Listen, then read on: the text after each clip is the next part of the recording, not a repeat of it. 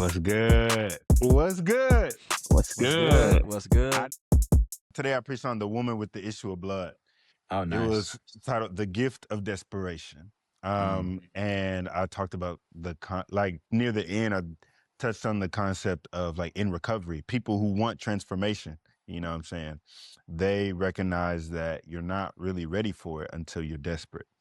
But I talked about what was I had 4 points today. I went through, hey, once it's done, Yeah, for real, uh, bro. I feel you.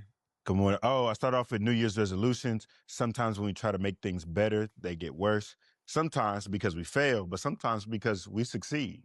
Like people who Uh-huh. like you actually go vegan, but then like you become kind of like pretentious and like annoying. Oh, yep. You actually save up your money, but now you're like greedy. Mm.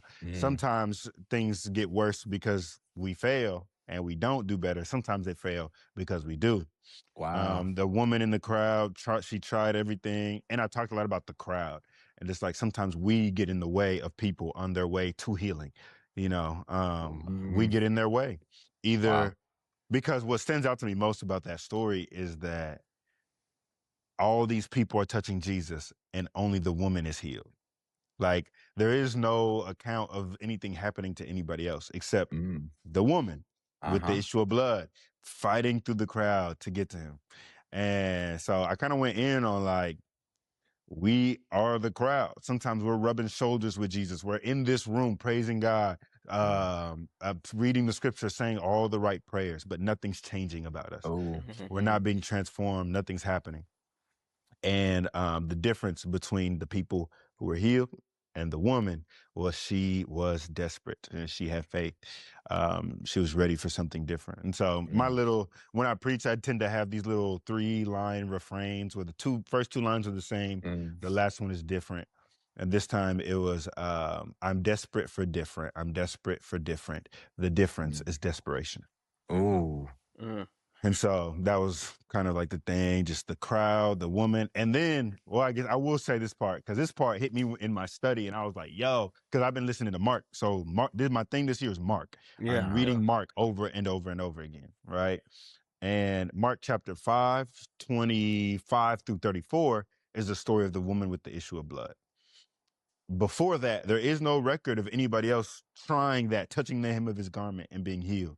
Mm. But in Mark chapter 6, verse 56, there is. And it says, now wherever he went, they put the sick in the marketplace and they begged him that they might touch the hem of his garment. Mm. And everyone who touched his clothes were healed. Mm. And so I kind of went at the end, the closeout was just like, she was brave enough to look ridiculous and to be desperate, and it led to other people's healing. What if we were brave enough to be and admit that we already are desperate, Uh-huh. to admit that we already need healing?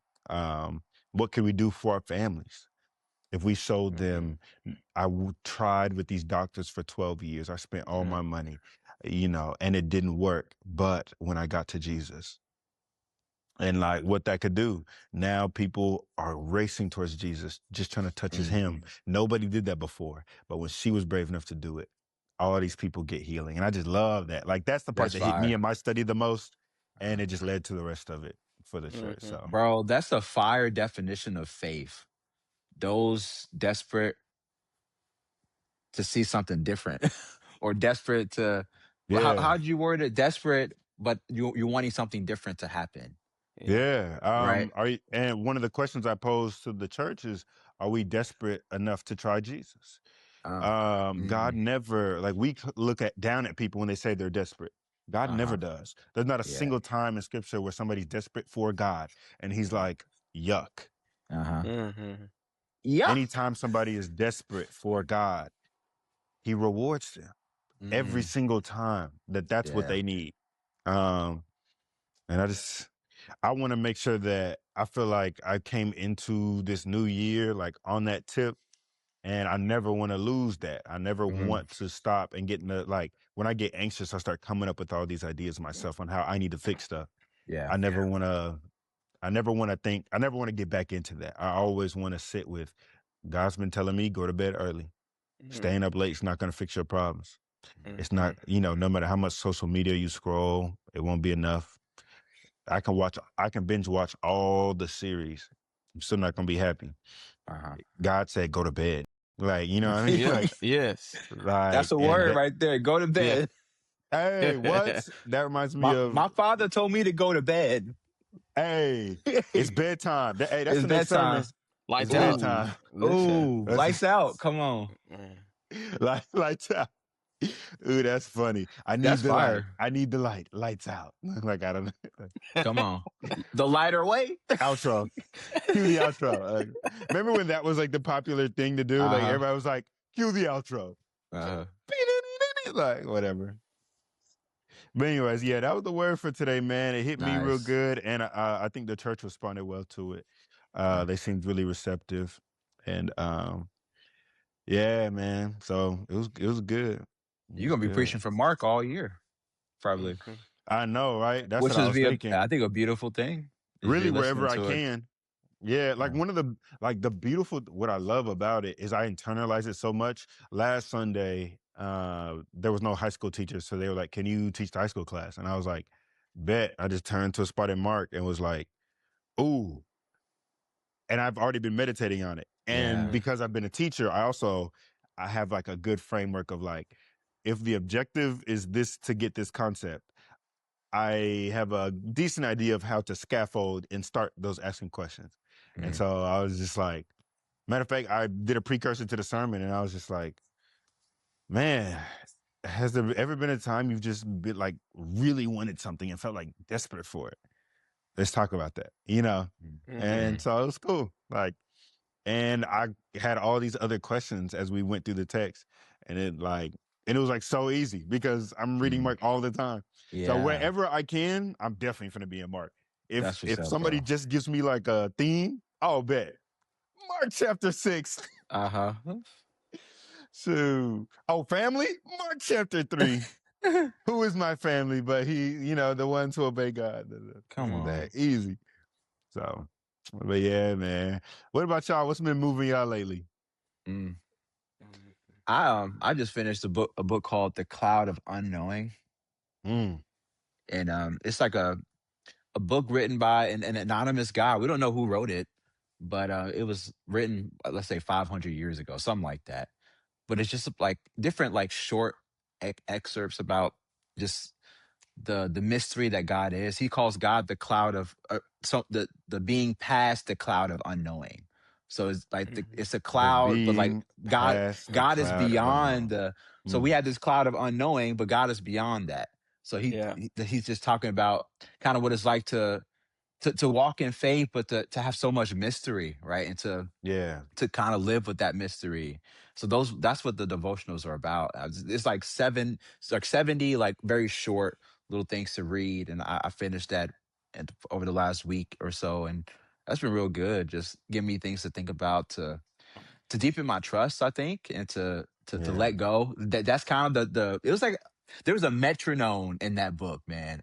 A metronome, like let go, yeah, surrender, Mhm. surrender. Like that's kind of the posture because yeah, yeah, there are some things that we can grasp and we can get to know because the Father has given us knowledge and has given us yes. books and all this stuff.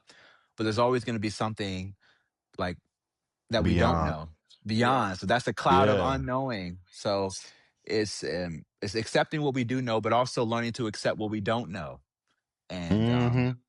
trusting that the Father is at work within all of these spaces as I Yeah. am certain about some things, but also as I'm uncertain about some things, and as I just kind of live in that tension.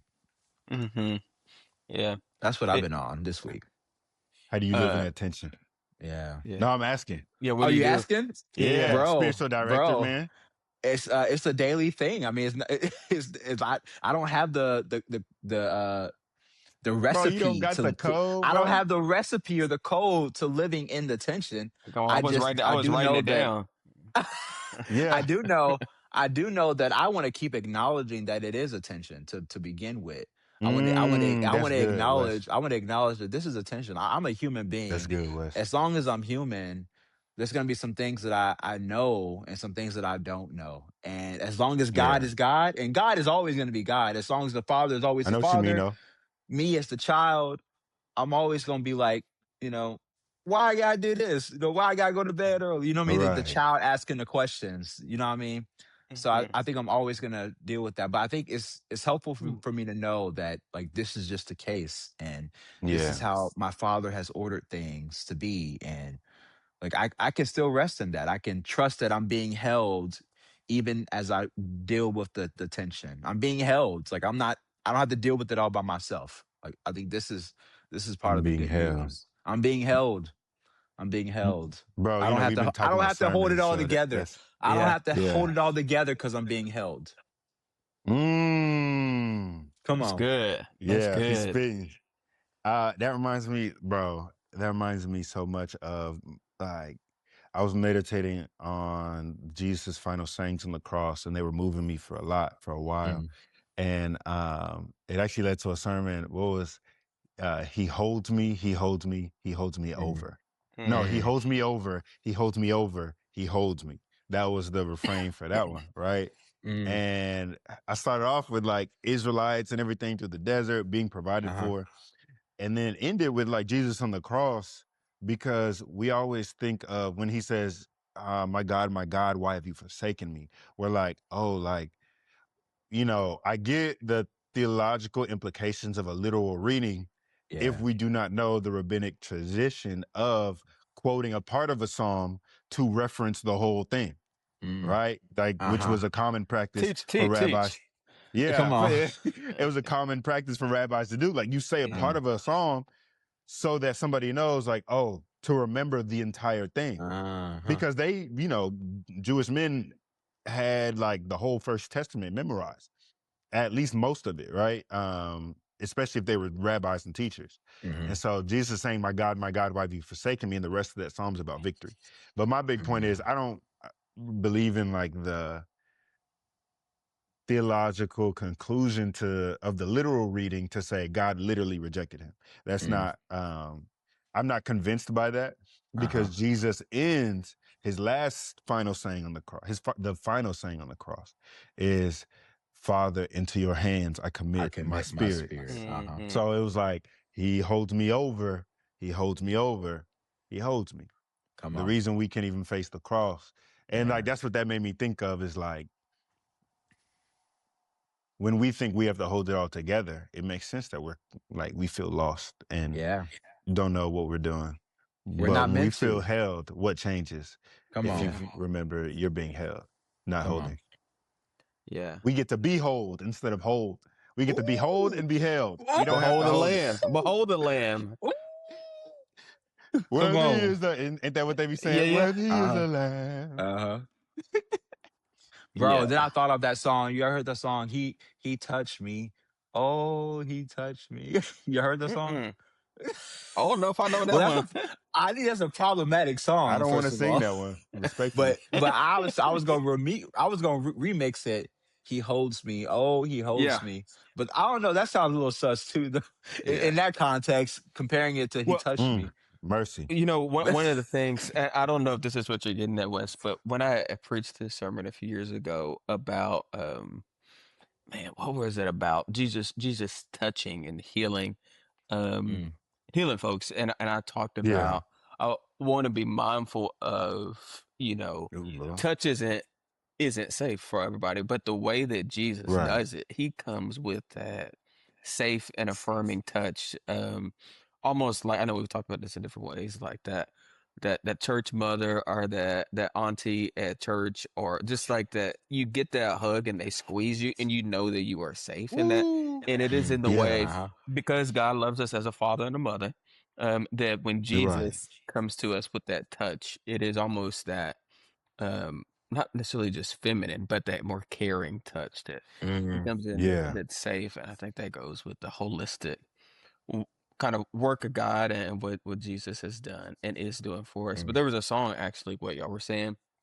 Two things. One thing is that, um I think that we can get, or I know I can get, so much in my head trying to understand all the yeah. things, and Yeah. we get a little education in us, and we think we know Yep. some Right. stuff, which I do know some Uh-huh. stuff, but I don't know You do, everything. doctor. And You no, do. I, Dr. Moore. but Come on, doctor. the more You we know a know, little I feel something? like just a little bit, man.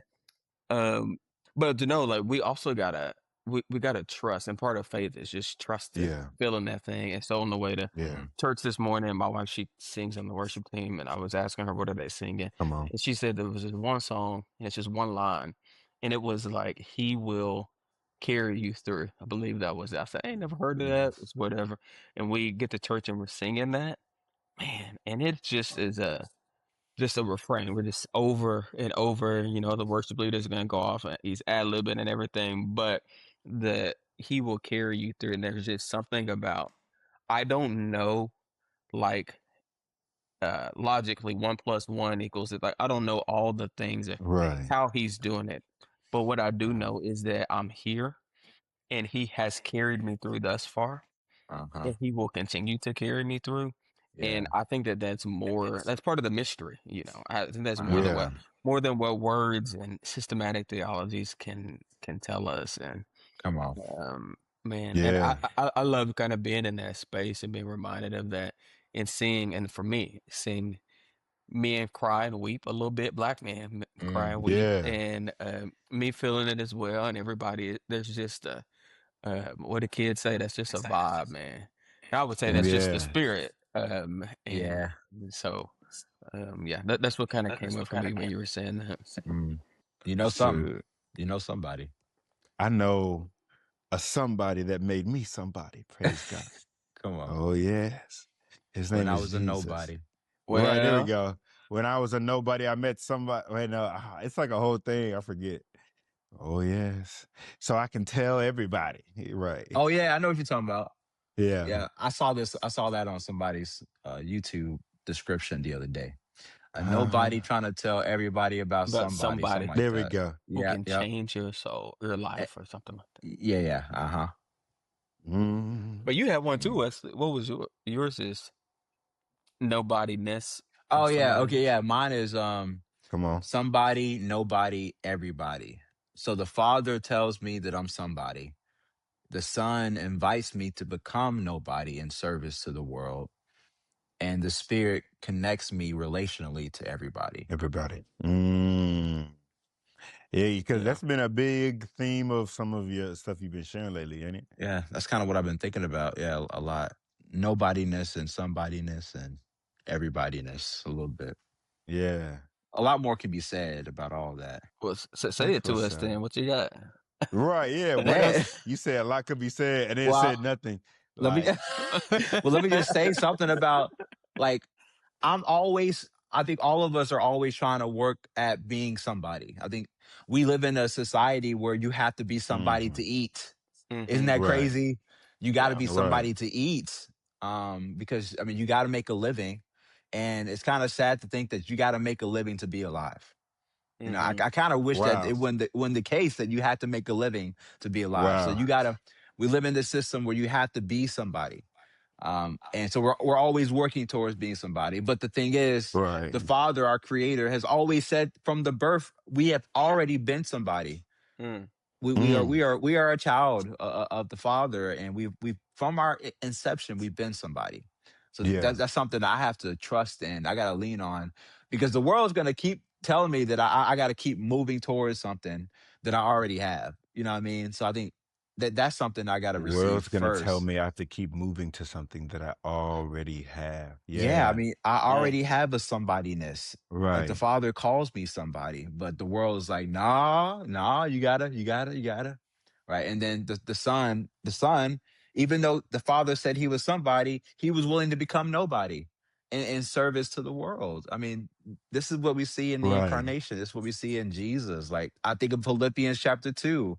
Though Hmm. he was, one with the Father, he was willing to become nothing.